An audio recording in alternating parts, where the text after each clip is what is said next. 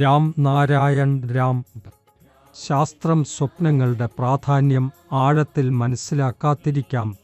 ശാസ്ത്രീയ ദൃഷ്ടികോണം പ്രകാരം നിങ്ങൾ ദിവസവ്യാപിയായി എന്തു ചിന്തിക്കുന്നുവോ, നിങ്ങളുടെ മനസ്സിൽ ഏതെല്ലാം ആശയങ്ങൾ ഒഴുകുന്നുവോ, അവയെല്ലാം ചേർന്ന് നിങ്ങളുടെ സ്വപ്നങ്ങളുടെ രൂപം എടുക്കുന്നു. നിങ്ങളുടെ സ്വപ്നങ്ങൾ ബ്രഹ്മാണ്ഡീയ ഊർജങ്ങളിലേക്കാണ് നിങ്ങളെ നയിക്കുന്നത്. അവ നിങ്ങളെ മുന്നറിയിപ്പ് നൽകുകയും ഭാവിയെക്കുറിച്ചുള്ള ചില സൂചനകൾ നൽകുകയും ചെയ്യുന്നു. എന്നാൽ ഇതുവരെ ശാസ്ത്രജ്ഞർ ആത്മാവിനെ പിടികൂടാൻ കഴിഞ്ഞിട്ടില്ല. ആത്മാവ് എന്താണ്? അത് എവിടെ നിന്ന് വരുന്നു? എവിടേക്കാണ് പോകുന്നത്? ഇതുവരെ ഇതിനൊരു തെളിവ് ലഭിച്ചിട്ടില്ല. ശാസ്ത്രജ്ഞർ ആത്മാവിൻ്റെ രഹസ്യം തെളിയിക്കാൻ അനേകം ശ്രമങ്ങൾ നടത്തിയെങ്കിലും ഇതുവരെ പരാജയപ്പെട്ടു. ആത്മാവിനെ ആരെങ്കിലും എങ്ങനെ പിടികൂടും? അതും ഒരെന്ത് ശബ്ദ ഊർജമാണ്, സൗണ്ട് എനർജി. നിങ്ങൾ ശബ്ദ ഊർജത്തെ അനുഭവിക്കാം, കേൾക്കാം, പക്ഷേ പിടികൂടാനാവില്ല. ധ്യാനം, മെഡിറ്റേഷൻ ഒരിനം ശബ്ദ ഊർജമാണ്. നിങ്ങൾ ധ്യാനത്തെ പിടികൂടാൻ കഴിയുമോ? ശബ്ദ ഊർജം നമ്മുടെ ഉള്ളിലാണ്. ജീവിതത്തിൽ ഓരോ മനുഷ്യനും ധ്യാനവുമായി ബന്ധപ്പെട്ടിരിക്കണം. അതുവഴി ജീവിതം മികച്ചതാകും. ധ്യാനത്തിലൂടെ നിങ്ങൾ നിങ്ങളുടെ മനസ്സിനെയും വിവേകത്തെയും അന്തരാത്മാവിനെയും ശക്തിപ്പെടുത്തുന്നു. അതുകൊണ്ട് തന്നെ ഓരോ മനുഷ്യനും ധ്യാനം ചെയ്യണം.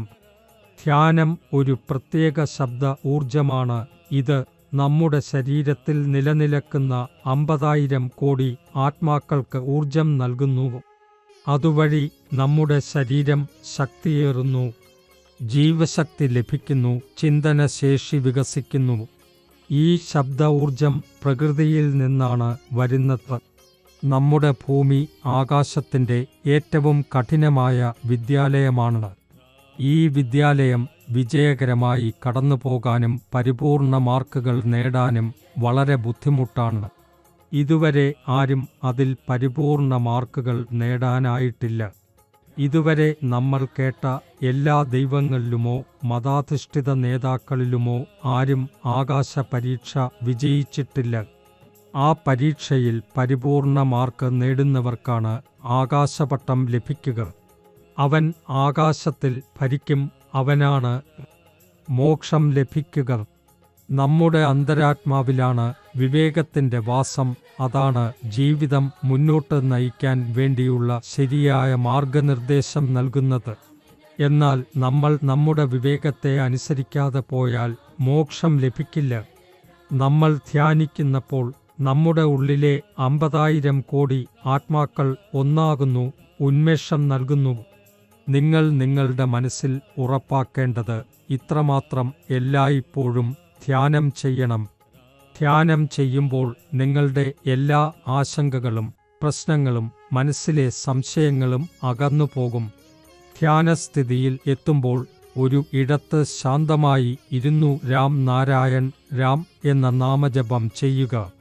രാം നാരായൺ രാം നാമജപത്തിൻ്റെ പ്രത്യേകത എന്താണെന്നാൽ ആദ്യം നിങ്ങൾക്കത് മനസ്സിൽ സൂക്ഷിച്ച് ജപിക്കണം. എന്നാൽ കുറച്ച് സമയത്തിന് ശേഷം അത് നിങ്ങളുടെ ശ്വാസത്തിനൊപ്പം സ്വാഭാവികമായി കൂടിച്ചേരും.